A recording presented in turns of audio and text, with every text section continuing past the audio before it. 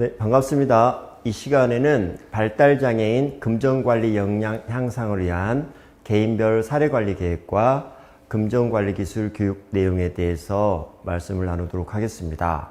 저는 경제적 취약계층과 사회초년생을 위한 금융역량 교육 및 코칭을 담당하고 있습니다. 출간 도서로는 사회초년생의 내 돈 내 맘대로 쓰기를 출간했는데요. 이 책은 특히 사회초년생 또는 사회복지기관에서 금전관리를 주 업무로 하는 사회복지사가 보신다면 도움이 될 것 같고요. 발달장애인을 위한 금전관리 척도도 나름 개발해서 사용하고 있습니다. 발달장애인 개인별, 능력별 금전관리 계획의 수립에 도움이 됐으면 좋겠습니다. 자, 오늘 이야기를 시작하면서 일단 돈이부터 보고 시작하겠습니다. 귀하고 소중한 돈입니다. 그래서 이 돈에 대해서 아마 부모가 바라는 것들은 이런 것이지 않을까. 거스름돈을 받아올 수 있었으면 좋겠어요. 돈 잃어버리지 않고 가지고 다니면 좋겠어요. 돈 뺏기지 않고 잘 가지고 다니면 좋겠어요. 아껴서 저축됐으면 좋겠어요. 뭐 당연할 것 같아요. 그런데 뒤에서 조용하게 말씀하시는 학부모도 계시더라고요. 돈 가지고 가서 자기가 먹고 싶은 거 사고 사고 싶은 거 사가지고 돌아오면 좋겠어요. 또 원하는 것이 무엇이든지 많기라도 했으면 좋겠어요. 이렇게 말씀을 하시는 부모님의 목소리가 크게 들리더라고요. 현재 금전관리 교육의 상황과 한계를 좀 내 나름의 정리를 해봤습니다. 일단 우리 자녀에 대한 금전관리 역량 진단이 어렵다. 당사자 개인이 평가가 다를 수 있고 개인을 바라보는 부모의 평가 또는 종사자 또는 교사의 진단이 다를 수 있겠더라. 또 종사자에 따라서 사람마다 다를 수 있겠더라. 이런 경향이 있을 수 있겠다는 생각을 해봤습니다. 그래서 예를 들면 돈의 크기를 안다 이런 항목에 대해서 당사자는 자기는 잘 안다고 평가를 했어요. 상중하에서. 여기에 부모는 하라고 평가를 합니다. 우리 당사자를 바라보는 종사자는 중으로 평가를 했어요. 또 1,000원 지폐로 10,000원까지 합산할 수 있다. 당사자는 할 수 있다. 상. 부모는 똑같이 못할 것 같아. 하. 종사자는 중. 아마 이런 식의 평가를 할 수도 있지 않을까. 아마 이런 사례도 많이 있었고요. 그래서 밑에를 쭉 내려와 보면 속에 당사자 본인이 평가할 때 점수가 7점, 부모가 평가할 때는 마이너스 3점, 종사자가 평가할 때는 4점. 자, 이러면 어떠한 결과가 나올지 예측이 되시죠?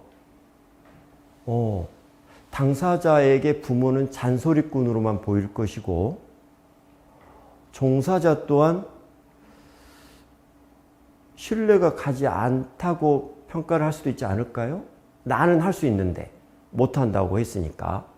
또는 당사자 1인을 한 명을 평가하는 사회복지 종사자 A, B, C가 3명이 있다 하더라도 또 관점이 다를 수 있거든요.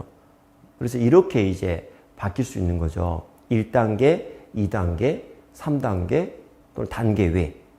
그래서 1단계는 돈 쓰기 훈련, 2단계는 어느 정도 만족감을 높이게 돈 쓰기를 해보자. 3단계는 상호 협의 단계, 스스로 평안한 돈 관리를 해볼 수 있다.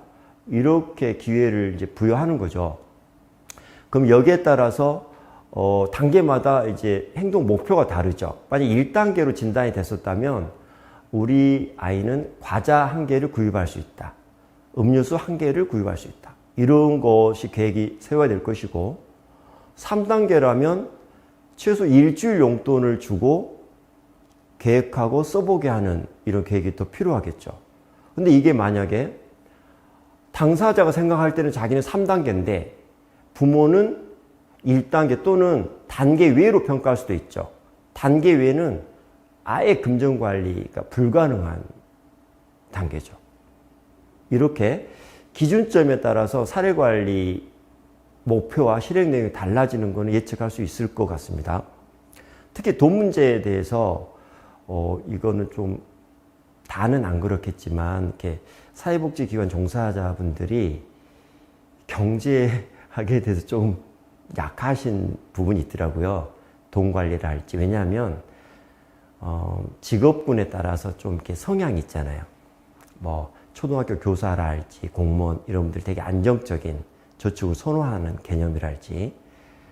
근데 사회복지 전체 커리큘럼을 보면 이 경제 관련한 커리큘럼이 하나도 없는 건 사실이잖아요. 그래서 되게 어려워들 하시거든요. 그래서 이런 점에서 되게 이제 사회복지사분들이 많이 쓰는 돈 관리 방법은 아껴 쓰자, 저축하자 이런 것인 것 같아요. 그래서 다양하게 적용하는 건 좀 한계가 있어서 오히려 더 시설이나 기관의 종사자분들의 관점을 통일할 필요가 더 있다는 생각을 해봤고요. 두 번째는 금전관리 교육 내용이 정밀하지 않다. 대부분의 발달장애인에게는 접근이 좀 불가능한 내용들이었다.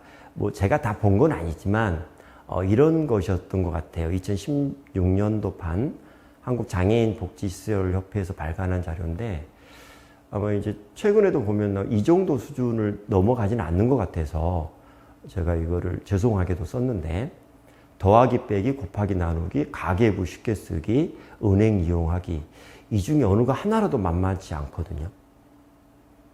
그래서 이런 정도의 교육이 숫자 계산과 한글 공부 중심으로 이루어졌다는 거에 좀 한계라고 지적을 하고 싶고요. 세 번째는 돈에 대한 관점이 통일적으로 적용되지 않는다. 이거는 누구의 이야기냐면 일단 부모와 종사자 또는 교사 각각마다 이렇게 주장하는 바가 다른 거죠. 당사자한테. 그래서 당사자는 당연히 혼동되는 거죠. 그래서 이런 게 좀 현실 상황이다 진단을 해봤고요. 그래서 같이 공감하고 싶은 내용은 뭐냐면 첫 번째, 그래도 돈을 사용하는 것이 상대적으로 덜 위험하다.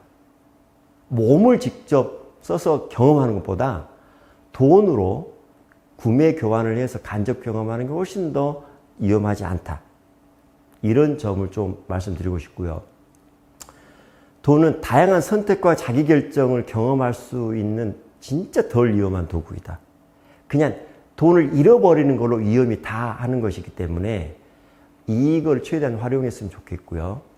세 번째는 돈은 귀하고 소중하기 때문에 우리 아이의 기회를 확장하는 데 사용됐으면 좋겠고 반대로 돈이 너무 귀하고 소중하기 때문에 오히려 기회를 제한하는 수단으로 아껴 써야 되고 과소비해서는 안 되고 전략해야 되고 이런 개념으로 사용돼서는 안 될 것 같다. 이런 좀 내용을 공감하고 싶습니다. 그래서 돈은 선택과 자기결정 경험의 최고의 수단이라고 말씀드리고 싶어요. 그리고 마트는 우리 아이들의 최고의 학습장이다. 자, 마트. 이 하나하나 생각할 때마다 머릿속에 만족감이 달라지죠. 초코파이도 있고요. 네, 각각의 욕구들이 다 반영이 되고 있죠. 한꺼번에. 과자라고 표현되는 게 아니라 각각의 상품들의 특징이 다 있기 때문에 우리 아이는 이걸 경험하면서 확장을 하게 되겠죠. 미각에 대해서도 아마 감각이 달라지지 않을까 싶습니다. 음료수도 있고요. 다양한 음료수 다 다르죠. 또 햄버거도 있고요. 떡볶이, 순대, 라면.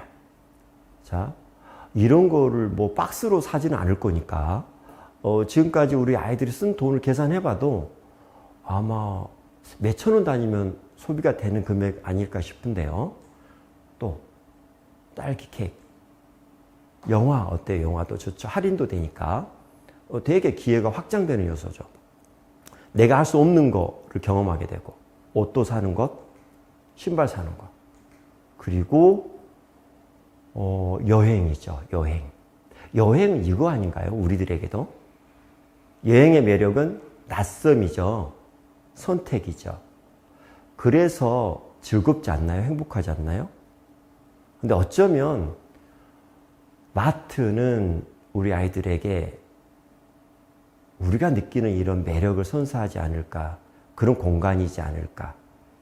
조그만 돈만 사용하게 된다면, 그래서 사용할 수 있는 돈의 금액만 정한다면 우리 아이들의 좋은 기회가 되지 않을까, 그런 생각을 해봤습니다. 그래서 욕구와 금전 욕구를 조금 비교를 해본다면, 욕구는 이런 것들이죠. 어떤 걸 추구하는 상태라고 표현할 수 있겠고요. 욕구가 생긴다면 각종 수단을 활용해서 욕구를 충족하겠죠. 배고프면 빵을 먹으면 되는 거죠. 대신에 금전 욕구는 금전에 대한 소유권, 통제권, 이런 거죠. 사용할 수 있는 권한을 말하는 거죠. 욕구가 발생하면 배고파. 그러면 바로 빵을 먹으면 되는데 이제는 빵을 구입해야 됩니다. 거기에 필요한 금전을 활용하게 되는 거죠. 그래서 중간 단계가 하나 더 늘어나게 되는 거예요. 갖고 싶다, 먹고 싶다 이런 욕구들이 있을 때 이제는 돈을 통해야지만 욕구가 충족되는 걸 저는 금전 욕구라고 표현을 하고 싶습니다. 그래서 돈 쓰기는 선택이고 자기 결정 행위이다.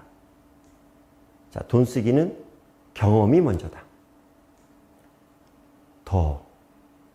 돈 쓰기보다 더 먼저는 내 마음속에 하고 싶은 욕망이 있어야 한다. 혹시 우리 자녀의 마음속에 어떤 욕망들이 있는지를 한번 파악해보는 그런 시간이 됐으면 정말 의미가 있을 것 같습니다. 돈 쓰기에서 한글 공부, 수학 공부, 계산 능력은 우선 조건도 아니고 필수 조건도 아니다. 이런 점을 말씀드리고 싶고요. 그래서 공감하고 싶은 내용이 다시 또 하나 있다면, 돈의 가치는 큰 돈일 때는 크고 작은 금액의 돈일 때는 작아진다. 무슨 말이냐면 돈은 가치 있다 이렇게 말씀을 하는 거는 한계가 있다고 말씀을 드리는 거예요. 돈은 다 같은 돈이 가치가 있는 건 아니다 이 말이죠. 1,000원의 가치와 100만 원의 가치는 확연히 차이가 있는 거죠. 근데 우리는 이 양의 개념을 무시하고 돈은 가치가 있으니까 가치 있게 써야 돼 이렇게 통용되는 거죠. 그런데 피치 못할 상황에서 돈을 잃어버리더라도 뺏기더라도 1,000원은 감내할 만하지 않나요? 근데 100만 원, 1,000만 원은 다르죠. 그래서 구분했으면 좋겠습니다. 돈의 가치는 큰 돈일 때 크고 작은 돈일 때는 작다. 그래서 우리 아이들이 돈을 쓸 때 작은 돈을 쓸 때는 좀 여유 있게 마음의 폭을 넓혀서 받아들인다면 훨씬 더 좋지 않을까. 자, 이런 부모가 있었어요. 우리 아이는 매일 3,000원을 군것질 한다 이 말이죠. 어때요? 이 돈 쓰면 행복하지 않을까요? 여기에는 이제 좀 설명이 덧붙이죠. 우리 아이는 복지관에 갈 때마다 참새방앗간처럼 마트에 들려서 3,000원을 사 먹고 가요.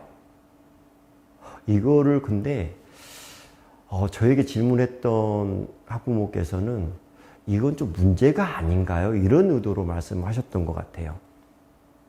근데 어쩌면 저는 우리 아이가 복지관에 가는 이유는 이 참새방앗간인 이 마트를 들려가기 위해서 가는 거 아닐까요? 이렇게.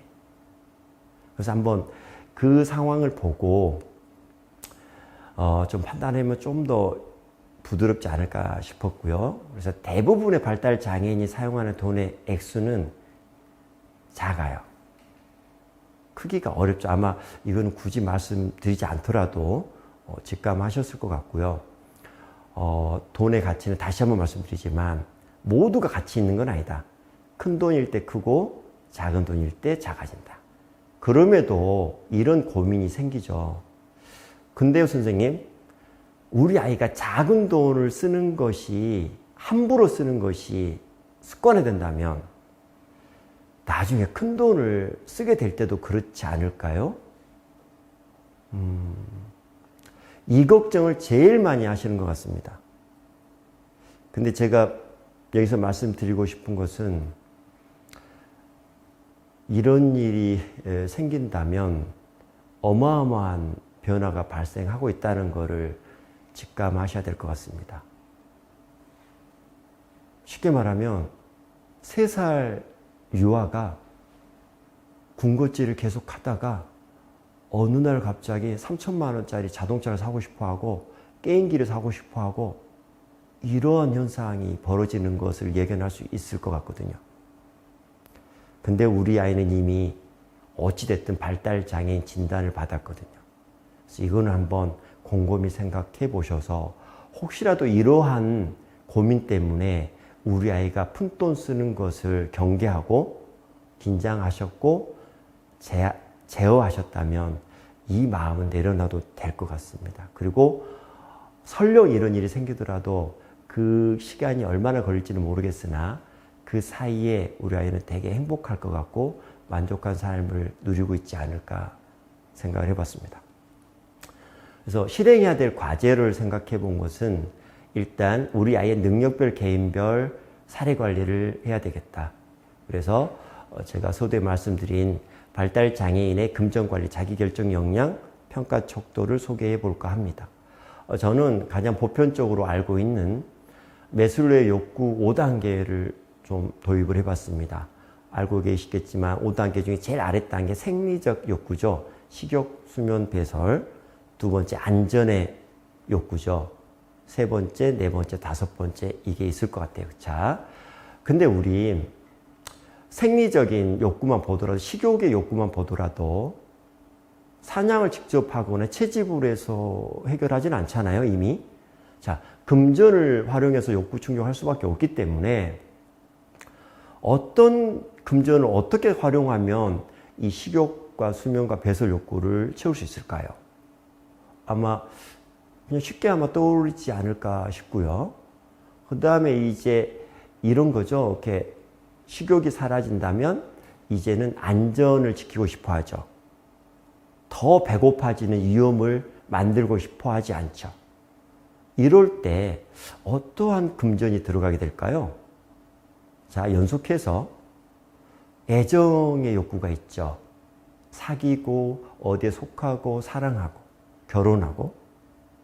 네, 이런데 돈 괜찮게 들죠? 많이 들죠? 존중받고 싶다. 승인, 존경. 이런 비용 많이 들죠? 자아실현도 당연하고요. 그래서 저는 이제 이 관점에서 어떻게 금전을 활용해서 이런 욕구들이 변화가 되는지를 한번 제가 적용을 해봤고요. 첫 번째, 제일 아래 1단계였던 생리욕구에 대한 것. 이거는 금전이 필요한 상품 또는 환경을 생각해 보니까 음식이 있으면 되겠다. 물이 있으면 되겠다. 편안한 잠자리가 있으면 되겠네. 옷이 있으면 되겠네. 또는 어떤 성적 만족되는 그런 환경이 주어지면 좋겠네. 이런 것들일 것 같아요. 그래서 어떤 금전 욕구가 필요할까를 생각해 봤죠. 그랬더니 돈의 크기를 아는 것 중요할 것 같고 1,000원짜리 지폐로 10,000원까지 합산하면 좋을 것 같고 돈을 가지고 다닐 수 있고 보관할 수 있으면 좋을 것 같고 돈으로 필요한 것을 구입하는 것을 알면 좋겠고 영수증이나 거스름돈을 받는 것을 알면 좋겠고 이런 것들을 한번 생각을 해봤어요. 그래서 이런 걸 할 수 있다면 돈을 통해서 음식을 살 수 있고 물을 살 수 있고 옷을 살 수 있겠다. 자, 두 번째는 안전의 욕구를 어떻게 그러면 금전 사용이 될 것이냐. 저축은 미래에 대한 위험을 보호하는 것이기 때문에 안전의 욕구라고 저는 생각을 했어요. 그래서 우리는 저축을 많이 하죠. 또 보험, 당연하죠. 또 경비 시스템, 또는 은퇴를 위한 은퇴 상품, 그다음에 안전한 주택, 편안한 주택, 옷, 가족, 약품 이런 것들이 있지 않을까 싶었어요. 그래서 이거를 사용하려면 좀 더 1단계보다는 수준이 좀 높아져야 되지 않을까 이런 생각을 해본 거죠. 그래서 이런 역량을 갖출 수 있다면 갓난아이와 같은 울면 엄마 먹을 거 주면 또 편안해지고 그런 욕구 수준을 넘어서 이제 스스로 안전도 계획할 수 있는 이제 계획 단계가 됐기 때문에 금전 사용에 대한 계획 능력까지 채워줄 수 있으면 좋겠다 해서 이런 욕구들을 한번 생각해 봤고요. 세 번째는 매슬로우의 욕구 단계 3단계부터 5단계를 그냥 통합을 했습니다. 왜냐하면 약간의 좀 질적으로 구분이 되는 것 같더라고요. 돈을 쓰는 행위에 있어서 1단계 생리적인 것과 안전 욕구하고는 좀 차별이 있어서 약간의 추상적인 이제 이런 의미의 이상적인 돈 쓰기가 이루어지는 것들이잖아요. 물건적인 이런 측면보다는 정서적인 정신적인 측면들이 강해서 자기 또 가치 실현적인 측면이 강해서 뭐 연애, 술하기, 담배하기, 클럽, 취미활동 이런 것들이 있을 텐데 다 합쳐서 좀 통합해서 금전 사용 욕구를 좀 해봤고요. 당연히 이 정도의 추상적인 가치를 현실적인 돈으로 채울 수 있어야 된다면 역량이 좀 높아져야 되겠죠. 계획하고 추상적인 것들을 가치를 환산할 수 있는 이런 능력까지 한번 해서 이런 질문을 구성을 해봤습니다. 그래서 혹시 이 강의 전에 이 척도를 다운로드 받으셨다면 이런 모습이 제가 해봤고요. 두 페이지로 돼 있죠. 하나는 평가 척도가 있고 이 척도에 따른 금전관리 목표와 계획을 세우기까지 이렇게 두 페이지로 형성이 됐고요. 그래서 측정 방법은 이렇습니다. 아까 처음 이야기했었던 것처럼 진단 그 기준을 모르겠다. 우리 당사자가 금융 역량이 어느 정도인지를 모르겠다. 본인의 평가와 부모의 평가와 교사의 평가가 다를 수도 있겠더라. 이거를 생각해 보신다면 가능하면 여러 관계자가 측정을 해서 교차분석하면 좋겠다. 가능하면 많이. 종사자 평가 1, 종사자 평가 2, 가족 평가. 그래서 교차평가에서 틀리다면 서로 만나서 합의하고 조정했으면 좋겠다. 그러면 아마 이 정도 되면 아까 실행 과제 중에서 각자마다 돈에 대한 관점이 다르다. 이 부분도 아마 조정이 될 거로 생각을 하고요. 두 번째는 이제 평가하는 거예요. 상으로 표시했다면 플러스 1점을 줍니다. 중은 0점, 하는 마이너스 1점. 이렇게 그냥 자기 주관적으로 채점을 하는 거죠. 그래서 1, 2, 3단계를 모두 더하는 게 아니라 1단계만 더하는 거예요. 그래서 상이 5개 있으면 플러스 5가 되고 하가 2개가 있으면 마이너스 2가 돼서 토탈 1단계 점수는 3점 이렇게 계산하는 거죠. 그래서 각 단계별로 0에 가까운 단계를 기준점으로 잡아주면 좋겠다. 자, 한번 예시를 들어보겠습니다. 잘 안 보이는데 이걸 확대해 보면 자, 1단계 점수는 상이 6점, 중이 0점, 하가 마이너스 1점으로 평가돼서 1단계 점수는 5점이 되는 거고요. 2단계는 똑같이 1점이 됐고요. 3단계는 마이너스 9점이 됐습니다. 자, 그러면 이 친구는 역량을 몇 단계로 봐야 될까요? 네, 그쵸. 0에서 제일 가까운 거. 2단계로 진단하는 게 출발점으로 설정하는 게 맞을 것 같습니다. 그럼 2단계는 이제 이런 거죠. 2단계. 자, 관리가 필요한 단계다. 근데 1단계보다는 좀 더 역량이 좋은 거죠. 완전 의존 단계가 아니라 관리 정도만 해주면 되겠다. 그래서 이제 이 친구는 만족감 높이게끔 돈 쓰기를 찾아보자. 일일 용돈을 지급해서 쓰게 하고 잘하면 일주일 용돈까지도 확대해 볼 수도 있고 만약에 독립생활을 한다면 공과금 정도는 자동이체를 개설하고 생활비 관리 정도는 지원해주는 그리고 체크카드를 발급해서 쓰게 해주는 이런 정도의 목표를 갖는다면 개별 관리 계획을 세울 수가 있겠죠. 여기에 맞게끔. 근데 사실은 2단계 진단이 됐다고 해서 1단계 코스를 완벽하게 다 했다고 평가하기는 좀 어렵거든요. 그래서 금전관리 계획을 세울 때 1단계 내용을 다 포함하는 내용으로 해서 계획을 세워준다면 훨씬 더 바람직한 코스가 되지 않을까. 마찬가지 3단계 진단이 나왔다 하더라도 1단계, 2단계의 목표를 다 포함해서 계획을 세워간다면 훨씬 더 좋은 성과가 나지 않을까 싶습니다. 실행 두 번째 과제는 구체적이고 정밀하게 교육 주제를 분해했으면 좋겠다. 단계별, 소주제별로 단계는 아까 1단계, 2단계, 3단계죠. 소주제별, 아까 질문했었던 내용들에 맞게끔 금전관리 교육 내용을 구분해 준비했으면 좋겠다. 이것은 기존의 교육과정이 아주 너무 단순해서 이렇게 숫자 계산 이런 중심에 좀 한정이 되어 있기 때문에 우리가 그렇잖아요. 이렇게 장애 일상생활 능력 향상을 위해서 평범하게 우리는 이렇게 도시락을 먹는 연습도 식당에 가서 식판을 가지고 도시락을 먹는 연습도 굉장히 구체적으로 구분해서 수년간을 훈련하기도 하잖아요. 그런 거라면 돈 문제는 더 민감하기 때문에 더 오랜 시간 더 디테일하게 할 필요가 있음에도 불구하고 돈을 너무 쉽게 생각하는 거죠. 왜냐하면 이거는 비장애인의 한정된 교육을 그대로 쓰고 있는 거거든요. 의식, 가치의 전환만 일어나면 된다. 그래서 비장애인 교육은 뭐 다른 교육 필요 없어요. 이렇게 가치 전환만 시켜주는 딱 한 번이면 되죠. 그 다음에 습관화 시키는 걸 도와주면 될 것 같고요. 자, 이렇게 한번 생각을 해보면 어떨까 싶어요.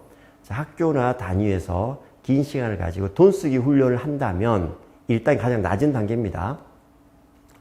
마트 한번 가는 게 아니라 돈의 크기별로 해서 500원이든 1000원이든 5000원이든 이거를 계속 공부를 디테일하게 시키는 거죠. 커리큘럼 만들어서.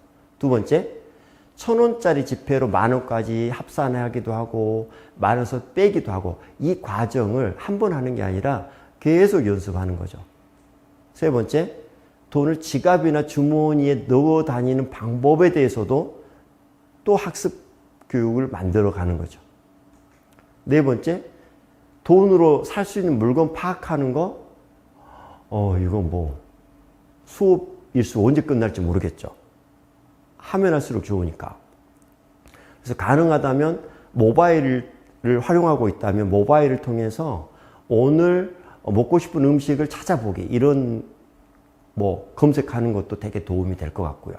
특히 뭐 또 남자 아이들 뭐 가전제품 이거 되게 좋아하거든요. 게임 같은 거. 이럴 때 사고 싶은 가전제품 파악해보는 이런 연습도 해보는 거. 또 영수증과 거스름돈 받는 연습 이건 당연히 할 수 있겠죠. 거스름돈 대략적으로 계산해 보기도 할 수 있겠고 그리고 거스름돈을 받는 방법 돈을 주고 가만히 기다리는 것도 방법이죠.